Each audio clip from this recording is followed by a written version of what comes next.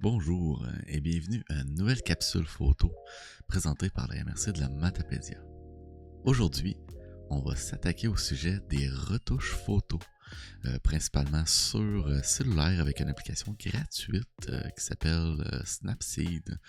Donc, il y a plusieurs applications qui peuvent être utilisées, mais moi, ma préférée, surtout parce qu'elle est gratuite, est vraiment complète.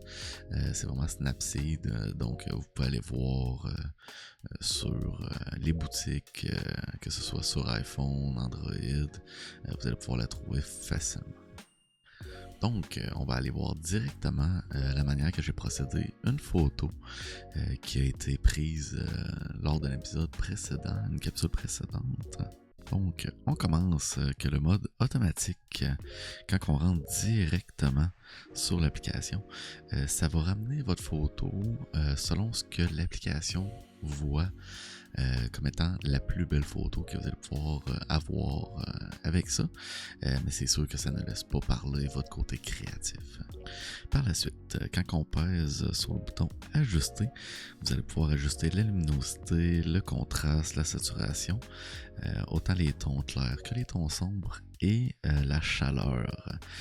J'ai sauté l'ambiance parce qu'il va falloir que vous travaillez un petit peu avec. C'est une option qui est un petit peu différente des autres applications. Et au niveau de la chaleur, moi, je ne l'utilise pas. Je vais directement dans la balance des blancs, dans l'onglet qu'on va voir plus tard. Donc, on peut voir que j'ajuste la luminosité pour aller chercher l'effet que je désire. N'hésitez surtout pas d'aller dans les extrêmes de chaque côté pour voir l'effet que ça donne à votre photo. Donc, on voit qu'au niveau du contraste, moi, j'ai un edit, j'ai une retouche qui est vraiment très contrastée, très saturée aussi. C'est vraiment ma touche personnelle. Donc, vous n'êtes pas obligé d'aller exactement comme moi. C'est vraiment là une préférence personnelle. On voit à nouveau des tons clairs qu'on va aller chercher un petit peu plus de détails dans le ciel. Moi, je préfère que mes blancs soient vraiment hauts.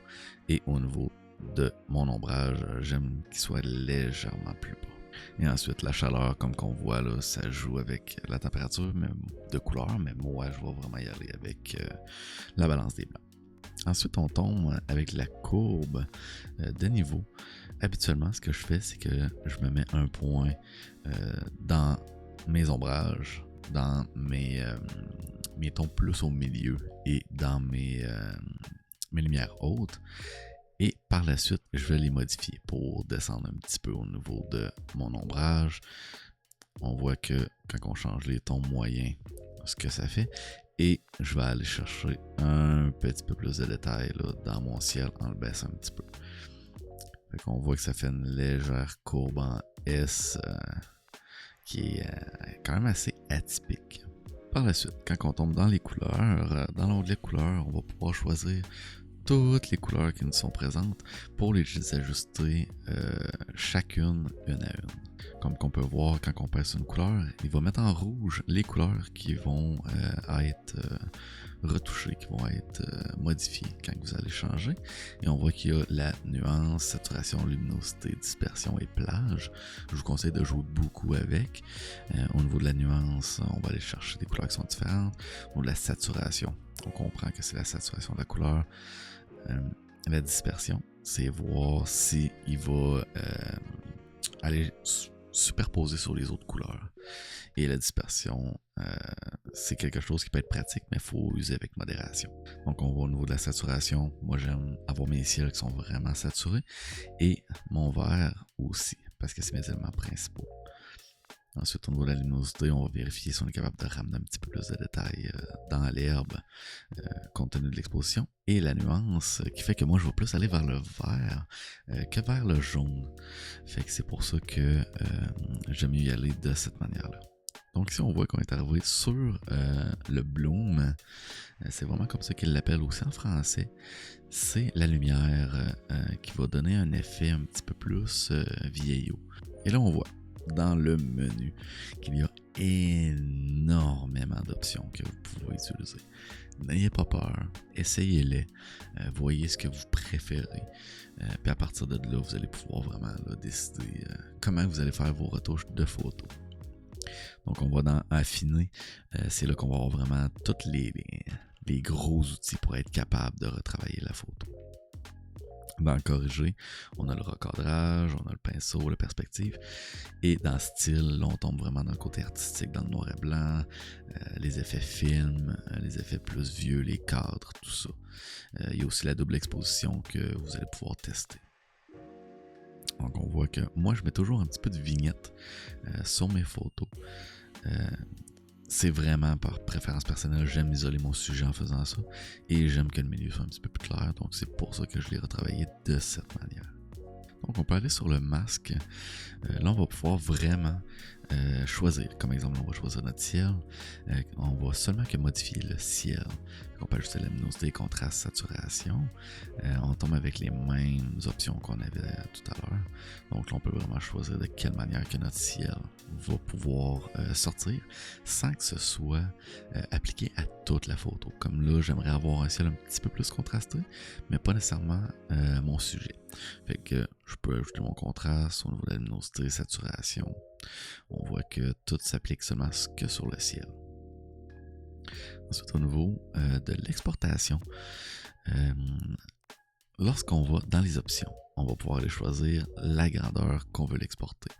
Personnellement, j'y vais en 1920 pixels, car c'est la meilleure résolution que vous allez pouvoir utiliser pour les réseaux sociaux, globalement. Il y a certains ajustements que vous pouvez faire pour que ce soit plus poussé, mais moi je recommande vraiment d'y aller avec 1920 et ça sort super bien sur les réseaux sociaux.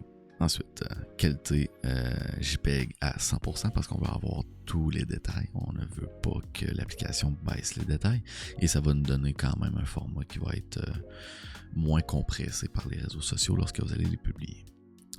Ensuite, j'aime avoir les données EXIF. Les données EXIF sont toutes les informations sur la photo, les informations techniques. Donc, au niveau de l'appareil photo, c'est quoi le modèle, c'est quoi l'objectif, c'est quoi les réglages qui ont été utilisés. Donc, la sensibilité de l'ISO, la vitesse d'obturateur, l'ouverture. Fait que ça, j'adore ça. Et les données GPS, je ne les mets pas, tout simplement parce que j'aime avoir un petit côté privé sur les photos que je mets sur les réseaux sociaux. Donc, je ne mets pas les données GPS sur mes photos.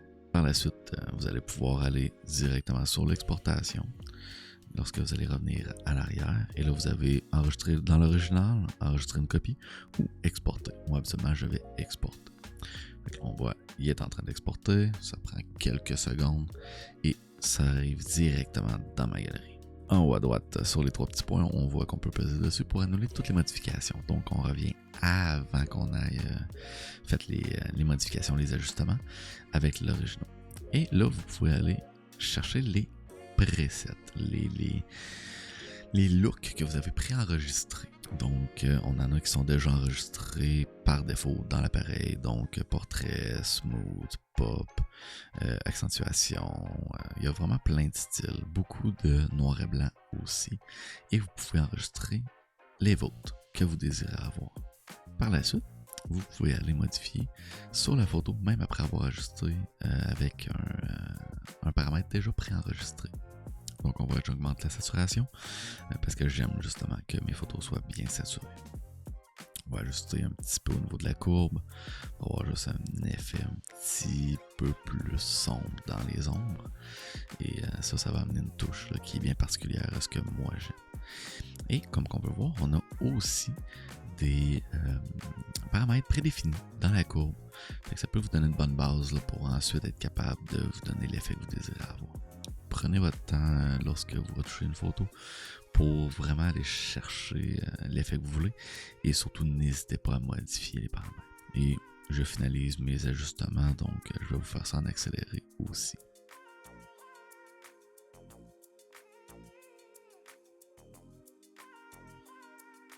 Finalement, on voit la balance des blancs. Ce que j'expliquais plus tôt, qu'au niveau de la teinte, vous pouvez aller dans le magenta ou dans le vert. Donc, je vais modifier un petit peu au niveau de la teinte. Ensuite, vous pouvez peser sur le bouton au centre, que lui, il va détecter les couleurs neutres. Habituellement, c'est le gris qui est le plus neutre. En faisant ça, il va aller chercher le paramètre le plus près de la réalité, de la vraie vie selon votre éclairage et vos couleurs. Et finalement, ici on voit justement les données EXIF que je vous parlais. Donc on voit que ça a été pris avec mon téléphone, le iPhone 17 Pro Max avec une ouverture de f1.8, avec le très grand angle de 6.76 mm avec un ISO de 100, donc le ISO minimal. Donc, c'est ce qui conclut notre capsule d'aujourd'hui. Pour visionner toutes les capsules, je vous invite à aller sur les réseaux sociaux de la MRC de la Mathépedia. Merci.